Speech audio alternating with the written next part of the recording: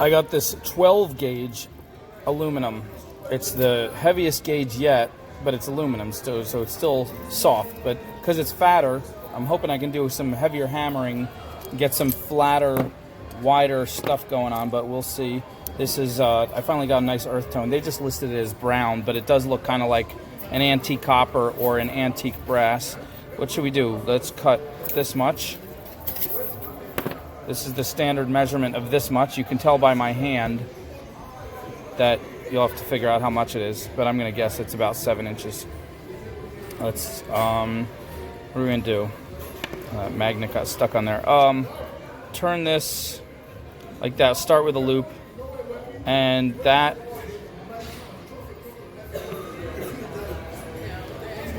be the top loop. Let's do some hard, sharp edges. See where we end up with. Ooh, I like this. I like this. I think I know what I'm going to do.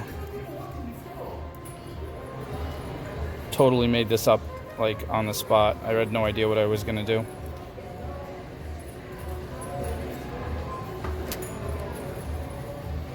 I like that. I think I'm going to just make a loop at the top. So we'll just, oops, curl that around again. Oop, maybe I should have given myself a little more. Now I gotta get it bent up a little higher. There we go. Now it's good. Now they're side by side, which is what I want. I'm gonna hammer them like this, and then I'm gonna put them like that, and then put the jump rings and earring hooks. So it's kind of like a, I don't know, upside down Christmas tree or a squiggly something or other. I want to sharpen the corners. So the way you do that is you come in here with your flat nose and you just turn them like that, get both sides like that, and then you bend them back. That way you get a sharper corner. You might need to do it a few times. And then you bend it back and you get a slightly sharper corner. I'm going to sharpen some of these corners too. And as you're sharpening them, the metal kind of moves, and you just move it back where you want it to after you get your corner.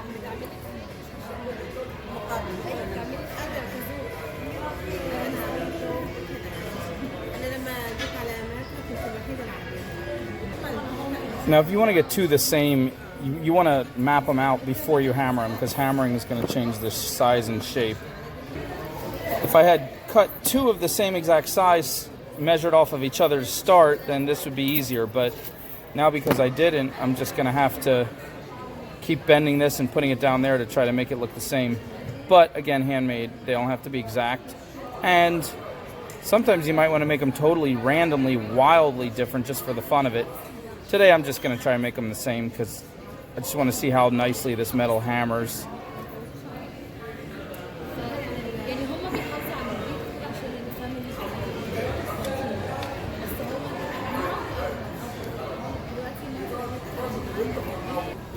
Now you can buy these cute little anvils, or you can steal them from the Keebler elves.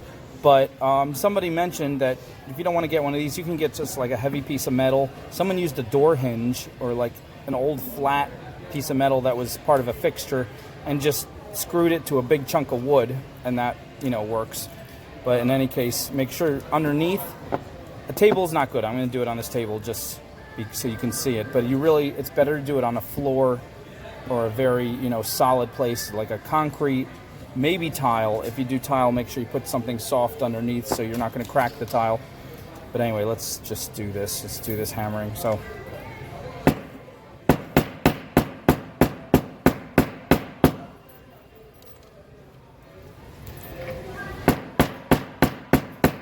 the method I use for hammering is I put the piece down and I swing it, and if I hit it, then I'm good, and if I miss it, then I try again. That's my method. That's what I've been sticking with. And if I hit my finger, then I just pick up the whole piece and throw it, because you got to take your anger out on something.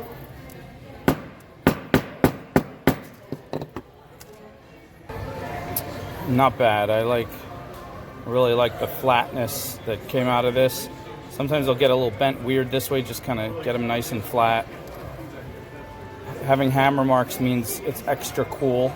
If anyone tries to discourage you and insult the hammer marks. You just remind them that you're the one holding the hammer, and maybe they should speak nicely to you at this time. These antique copper jump rings and hooks will go great. Always try to get whatever metal color you like using. Try to get every size jump ring you can and earring hooks in the same color. Unless you like mixing metals, in which case it doesn't matter. So now we're just going to put these together like that. Grab our jump ring, open it sideways like we do. Put it in there, close it.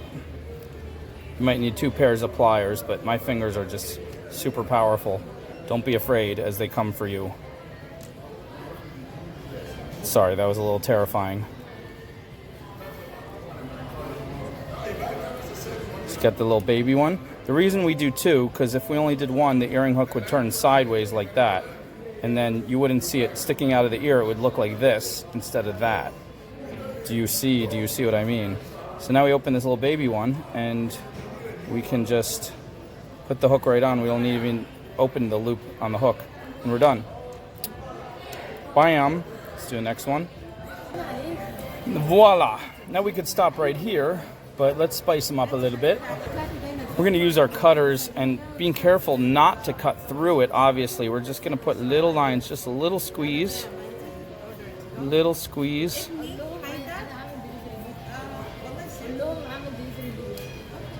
See how cool that looks? Now you can do it straight like this, or you can go alternate and make like a zigzag pattern, or you can just do it any which way, like just random. Just make it look like chaos, but fun chaos. You can also take like a little nail, and hammer little teeny tiny dots everywhere if you want. We could stop here, but let's spice these up with some little 6mm ceramic beads. This is porcelain with blue melted glass, and these are 4mm, teeny tiny, like the head of a pin, malachite, which is it looks like it's painted, but it's all natural stone with this zebra stripe with green. It's so pretty. It's such a pretty stone, and it's so tiny. So let's thread them in with some 26 gauge, same antique copper, because that goes with, technically this is antique copper colored. I don't care if they call it brown. Does that look like brown? No, that looks like antique copper. Okay, so I don't know. Let's take a foot. Let's just take a foot, cutting a foot off. I don't know what I'm going to do here. What am I going to do? What do I do? I usually start from the middle, so I'm just going to do that and see if it works. Just wrap it around. Now I think I'm going to try to do it all on the first strand, right? Yeah, let's do that. So we'll come to the end, like this, and leave about 2 or 3 inches on one side and have all the length on the other side, right? Just wrap it around here like a couple times. Get that nice and anchored, okay? And then we're just going to come down here and start threading the stones on. The way I did it, I kind of put the stones in there and kind of saw what fit. I think I could fit like 2 of the 6mm, one in that fat area, one in that fat area, and then like 2 of the tiny 4mm, one on each side of the 6. So we go 464, 464. I don't think I'm going to stack them up against each other. I think I'm going to have them all floating. Let's see if I can do this. So we'll thread the first one on. Oh, it's so tiny. So, ooh, there it goes. It's coming down. Right, so I don't want it right up against the metal. I want it floating a little bit, so I'll put it about right where I want it. And then I'm going to hold it tight, and I'm going to take the metal and wrap it all the way around. All the way around the stone. Just hold it right there. See that? Now I'm going to put my next stone. This is going to be the 6mm. Again, I'm going to put it right up against the next stone. We want it floating a little bit. So we hold it right where we want it. Just hold it real carefully. And then, again, wrap it all the way around the stone. This will work with 22, 24, or 26, I think. But I happen to have 26 handy, and I just grabbed it. Okay? Now, we don't want to float them all the way down, because then they'll kind of they won't stay center. Every time they get bumped, they'll move all over. So every once in a while, we want to anchor it to the actual frame of the earring. So we come through here and just pull this right there, okay? Wrap around there. Feel that? This is a little bit flimsy, a little bit loose, so I think I'm going to come back around and wrap it again. And I think you might want to use 22 or 24. This 26 is like really thin, but it's working so far, so we're going to keep going with it. Keep going. You know what? I think I'm going to do a little bit less too. I was trying to go crazy. I have my nice 4, my 6. I think I'm just going to do maybe 3 more. 5, I like that. That's an odd number. I like odd number beads. So we'll put another malachite on there.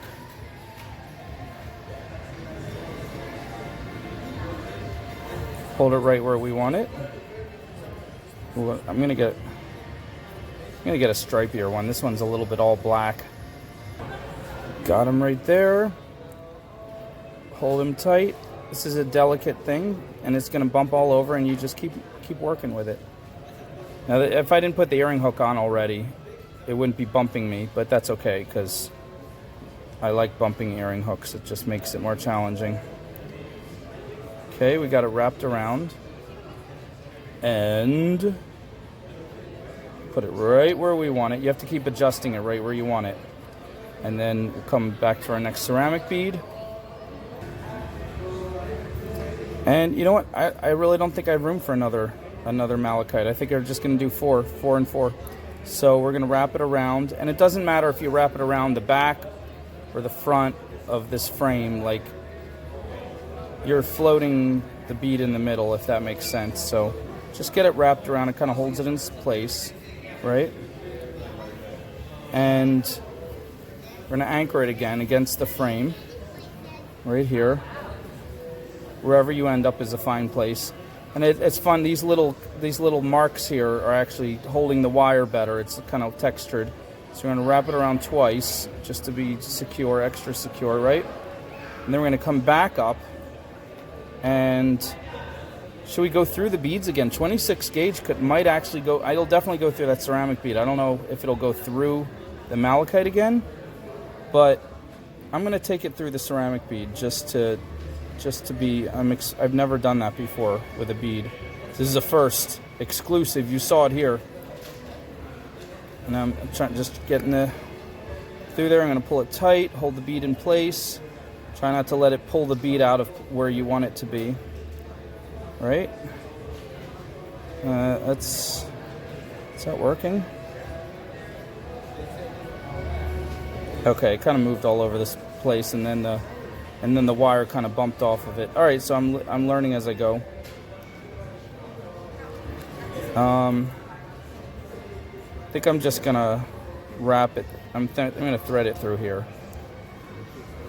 and I'm just gonna do some crazy threading now and just strengthen up because this is getting all crazy. Try not to kink the wire. When you start pushing the wire against the way it wants to go, it'll get a kink. I'm developing a kink right here. Let me show you. See that right there? That little loop right there that's getting tighter and tighter, that's going to turn into a kink right there. And eventually it's going to just break. So we unwind it carefully. And we get the wire back the way it wants to go before it gets too tight. And then, see, it's still a little kink right there. That's going to be a weak spot. It's going to break if we don't totally flatten it out from all different angles and just try to get it back to straight again. There we go. I think we're good. I think we're out of the woods. Let's pull it tight. Now we can pull it really tight now that we got it. Do you have anything on dragon? So I'm just right here. I'm going to anchor it right here. That. And I think I'm going to come around now to this. So now I'm just kind of weaving a spider's web to just hold these things in place.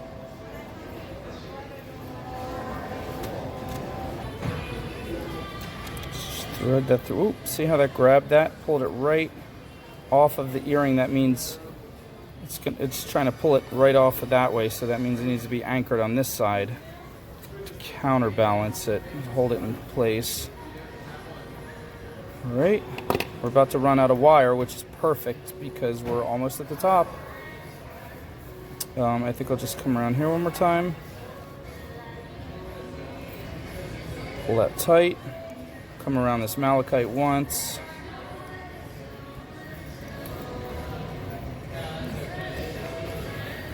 Now on the one hand, this is a little crazy because there's no set pattern to how I'm weaving this. But on the other hand, it's 26 gauge, so it's almost imperceptible when you see the bright, pretty beads and the wide, fat frame. So if you find a pattern where you can just keep coming around with the same pattern, that will be cool. But if you just find yourself weaving a tangled spider's web, as you can see, that will work too. Just try to pull each little end tight as you come around. And when you come to the very end, you can just turn these two guys into little swirls, and that'll be fun too.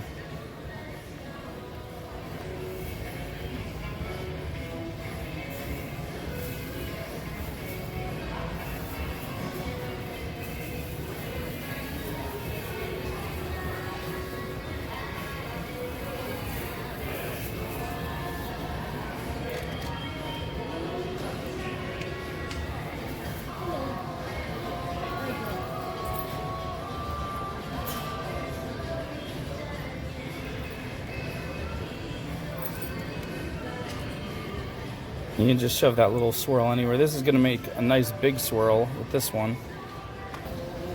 Okay, you can also clean up a little bit of your mess. You can come back and crimp some of these to make them tighter and to make them look a little neater. Just go straight down, hold it tight, and turn. And you get little crimps in there. That's something you can do with it, a lot of pieces. It's kind of fun, right? It's like, I don't know, it looks kind of alien, wild. All right. There we go. That's a very nice swirl. My other 3 swirls were a little bit wonky. So fold that over there, just kind of shove it right there. Voila.